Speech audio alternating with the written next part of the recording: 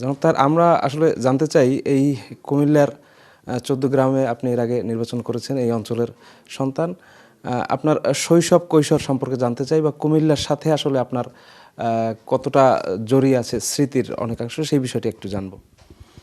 যে আমি কুমিল্লা জেলার দক্ষিণ পূর্ব যে উপজেলা ১৪ গ্রাম, এটা একটা বর্ডার এলাকা, প্রায় ৪৫ কিলোমিটার আমাদের বর্ডার আছে ভারতের সাথে। তারই সবচেয়ে ফেনী অ্যাডজেসেন্ট যে ইউনিয়ন আলকরা, তারই একটি গ্রাম পশ্চিম ডেকরা। সেই গ্রামের সৈয়দ ফ্যামিলিতে আমি জন্মগ্রহণ করি। আমি সেখানেই প্রাইমারি স্কুলে লেখাপড়া করি। যেহেতু আমরা খুবই ফেনীর অ্যাডজেসেন্ট, ফেনী বর্ডারেই আরেকটি ভালো স্কুল ছিল শস্যদি হাই স্কুল, আমি সেখান থেকে এসএসসি পাস করি। এরপরে আমি চিটাং গভর্নমেন্ট কলেজ থেকে ইন্টারমিডিয়েট পাস করি। তো সুতরাং আমার ক্লাস 10 পর্যন্ত সময়টা পুরোটাই গ্রামের পরিবেশে কাটছে। আমি প্রথম আমার প্রাইমারি স্কুল থেকে ট্যালেন্ট পুল স্কলারশিপ পাই ৫ম শ্রেণীতে, এবং ৮ম শ্রেণীতেও আমি নোয়াখালীতে স্কলারশিপে ফার্স্ট হয়েছিলাম। স্বাভাবিকভাবেই গ্রাম অঞ্চলে এটা খুব সে সময় রেয়ার ঘটনা ছিল। তো মানুষের ভিতরে মোটামুটি কিছুটা পরিচিতি লাভ করি ভালো ছাত্র হিসেবে। এবং এসএসসিতে তখন গ্রেটার কুমিল্লা বোর্ড ছিল, সিলেট, চিটাগাং এবং কুমিল্লা মিলে। সেখানে আমি এসএসসিতে 3rd স্ট্যান্ড করি। তখন স্ট্যান্ড করার একটা সিস্টেম ছিল, এখন যেটা গ্র্যাজুয়েশনে। তো মোটামুটিভাবেই লেখাপড়ায় এবং গ্রামের একটা পরিবেশেই আমি বড় হই। তবে আমাদের ফ্যামিলি কিছুটা রেস্ট্রিক্টেড ছিল। আমার কঠোর শাসনে আমরা বড় হয়েছি। সবসময় সকলের সাথে খুব মেলামেশাতে একটু রেস্ট্রিকশন ছিল। লেখাপড়া, ধর্মীয় অনুশাসন পালন করা এবং একটা সামাজিক শিষ্টাচারের ভিতরেই আমরা বড় হয়েছি সেখানে। আমরা আপনার শৈশব সম্পর্কে জানলাম। মূলত এত রেস্ট্রিকশন একটা ছিল আপনার প্রতি, এবং পরিবারের বেশ আপনি দেখভালের মধ্যে ছিলেন, নিয়ন্ত্রণের মধ্যে ছিলেন। তো এর মধ্যেও রাজনীতির সাথে আসলে কিভাবে যুক্ত হলেন, এটা একটু জানতে চাই। আসলে আমার আব্বা ছিলেন একজন অত্যন্ত ইসলামী পণ্ডিত। উনি পুরপুরা পরিষদ পীর ছিলেন। তো ছোটোবেলা থেকেই আমরা নামাজ এবং ইসলামিক কালচারের সাথে অভ্যস্ত ছিলাম। আমি যখন চট্টগ্রাম সরকারি কলেজের ইন্টারমিডিয়েট পরীক্ষা দেই, ওই অবসর সময়ে কিছু বড় ভাইয়ের সাথে আমার দেখা হয়, এবং তারাই আমাকে ইসলামী কাজের সাথে সম্পৃক্ত করে। পরে আমি ঢাকা মেডিকেল কলেজে ভর্তি হই 1977 সালে, এবং তখন ইসলামী ছাত্র শিবিরেরও জন্ম হয় ঢাকা বিশ্ববিদ্যালয়। আমি তাদের সংস্পর্শে এসে ইসলামী ছাত্র শিবিরে যোগ দিই, এবং ফার্স্ট ইয়ারেই ঢাকা মেডিকেল কলেজের সভাপতি হিসাবে শিবিরের আমি দায়িত্ব পালন করি, এবং প্রথম লিফটেড ছাত্র শিবিরের ঢাকা মেডিকেল কলেজে আমি বিলি করি। আমরা আরেকটু বিষয় জানতে চাই, সেটি হচ্ছে বাংলাদেশ জামাত ইসলামের সাথে আসলে কিভাবে আপনার যোগাযোগ, কিংবা তার এই জামাত ইসলামের রাজনীতিতে আপনি কিভাবে পদার্পণ করলেন?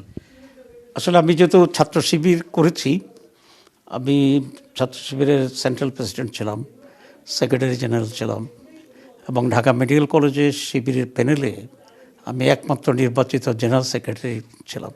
সুতরাং এখানে শিবিরের ইনভলভমেন্ট তো আমার খুব হাইয়েস্ট লেভেলেই ছিল।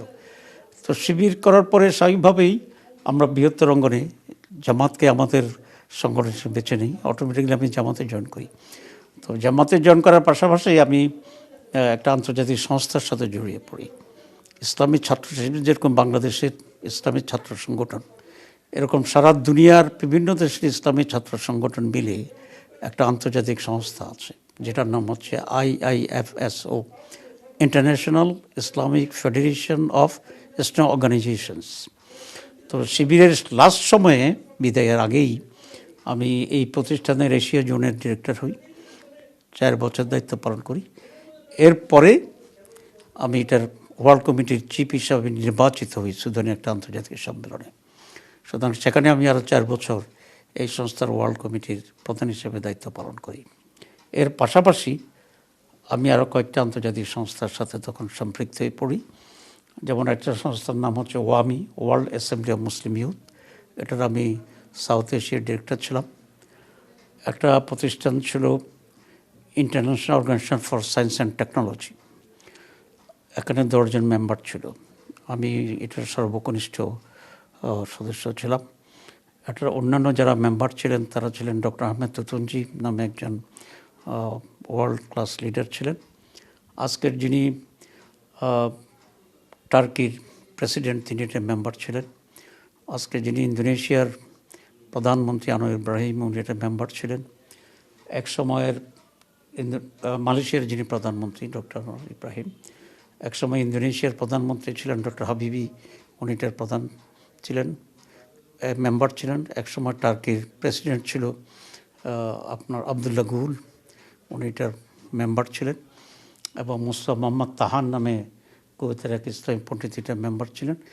I was the smallest member of this committee, so I had the opportunity এইসব লোকদের সাথে কাজ করার জন্য। সময় আমি আরও কয়েকটা আন্তর্জাতিক সংস্থার সাথে তখন জড়িত ছিলাম। আমি মালয়েশিয়ার ইসলামিক ইউনিভার্সিটি যেটা ছিল ওটার ট্রাস্টি বোর্ডেরও মেম্বার ছিলাম শুরুতে। খার্তুম ইসলাম ইউনিভার্সিটির আমি ট্রাস্টি বোর্ডের মেম্বার ছিলাম। আর একটা আন্তর্জাতিক সংস্থা আছে international institute of Islamic thought, ওটা আমি বাংলাদেশের ফাউন্ডার ছিলাম এবং সেই প্রতিষ্ঠান এখানে চালু আছে। তো সুতরাং তখন নানামুখী ইসলামী আন্তর্জাতিক পর্যায়ে আমার পদচারণা বেশি ছিল। কিন্তু আমি সাথে সাথে জামাত ইসলামীরও এখানকার সদস্য ছিলাম এবং কেন্দ্রীয় শুরার মেম্বার ছিলাম। তো ওই সংস্থাগুলোর যে টেনিউর ছিল ওগুলো শেষ করে আমি 1991 সালে জামাতের নমিনেশনে পার্লামেন্ট নির্বাচন করি। তো এসব কারণে আবার আন্তর্জাতিক অর্গানাইজেশন থেকে শুরু আমি আবার দেশের রাজনীতিতে মাঝখানে একটু গ্যাপ ছিল 10-12 বছর, পরে আমি এখানে আবার জড়িত হই। তো শুরুতেই আমি জামাতের শুরা মেম্বার ছিলাম খুব অল্প সময় ব্যবধানে। এরপর তো আমি জামাতের কর্মপরিষদ মেম্বার হই, এখন আবার নির্বাহী মেম্বার হয়েছি। এখন তো আমি নায়েবে আমিরের দায়িত্ব পালন করছি। পাশাপাশি আমি আন্তর্জাতিক যে বিভাগ জামাত ইসলামের ফরেন অ্যাফেয়ার্স সেইটারও আমি দায়িত্ব পালন করছি। দিস ইজ মাই সাংগঠনিক এটা ইতিহাস আর কি। জি চমৎকার। আমরা একটা বিষয় আসলে আপনার কাছে জানতে চাই, সেটি হচ্ছে আপনি জামাতের আন্তর্জাতিক বিভাগের দায়িত্ব নেওয়ার পর এবং বিশেষ করে চলমান সাম্প্রতিক সময়ে জামায়াতের প্রতি আন্তর্জাতিক যে মহল তাদের বেশ আগ্রহ আসলে লক্ষ্য করা যাচ্ছে। তো মূলত হঠাৎ আসলে এত আগ্রহ কেন, এটা জনমনেও প্রশ্ন। আমরা আসলে আপনার কাছ থেকেই ভিতরের বিষয়টি জানতে চাই, কীভাবে আসলে বাংলাদেশ জামাত ইসলামী হঠাৎ করেই আন্তর্জাতিক মহলে বাংলাদেশের প্রেক্ষাপটে এত বেশি গুরুত্বপূর্ণ এবং একই সাথে গ্রহণযোগ্য হয়ে উঠলো, এই বিষয়টি একটু আপনার কাছ থেকে জানতে চাই। আসলে আন্তর্জাতিক পর্যায়ে আমাদের সবসময় যোগাযোগ ছিল এবং আমি যখন এপসো এবং ওয়ামিতে দায়িত্ব পালন করি আমার দায়িত্বের কারণে এবং নানা সেমিনার সিম্পোজিয়াম আন্তর্জাতিক বিভিন্ন প্রোগ্রামে জয়েন করতে গিয়ে আমি প্রায় 91টি দেশ সফর করেছি এবং একসময় আমি ওআইসির অবজারভার মেম্বারও ছিলাম এবং জাতিসংঘেরও আমি এনজিও ক্যাটাগরিতে অবজারভার মেম্বার ছিলাম। তো সব কিছু মিলে আমার সাথে একটা কানেক্টিভিটি আগেই ছিল অনেকের। তো এটা একটা কারণ হয়েছে আমরা কন্ট্যাক্ট করছিলাম, কিন্তু যেহেতু 15 বছর আমরা এখানে কোনো এক্সপোজ হতে পারি নাই এবং বিভিন্ন আন্তর্জাতিক রাষ্ট্রদূত যারা আছেন ওই সমস্ত জায়গায় আমাদের কমিউনিকেশনটা এখানে বাহ্যিকভাবে অনেক প্রবলেম ছিল, সরকারের বাধা ছিল। সব কিছু মিলিয়ে যোগাযোগ থাকলেও সেটা অত প্রকাশ হয়ে ওঠেনি।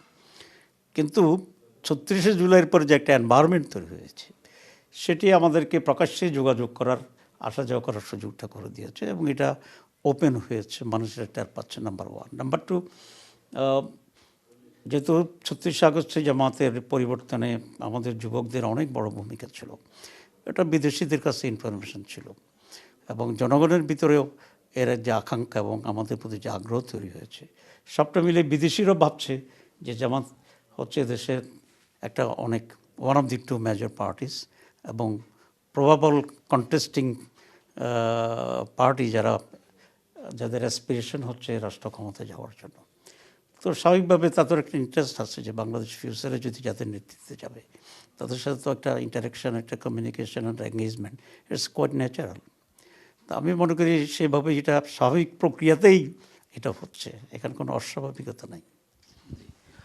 আমরা এবার একটু আন্তর্জাতিক অঙ্কন থেকে আবার আপনার একদম যে আঞ্চলিক যে জায়গাটা কুমিল্লা সেখানে একটু ফিরে আসতে চাই।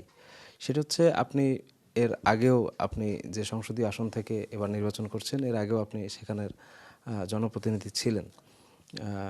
মূলত আপনার এলাকার মানুষের কি ধরনের প্রত্যাশা সরকারের কাছে থাকে, এবং আপনার আসলে আপনার নিজস্ব যে আসনটিতে আপনি নির্বাচন করছেন সেখানে যদি জয়ী হন, তবে কি কি বিষয়গুলো সেখানে উপস্থাপন করবেন, যেই বিষয়গুলো আপনার পরিকল্পনায় রয়েছে? আপনার পরিকল্পনা সম্পর্কে একটু জানতে চাই, আপনার সংসদীয় আসন সম্পর্কে। যে আসলে এদেশের মানুষ ইন জেনারেল দুটো জিনিস খুব চায়।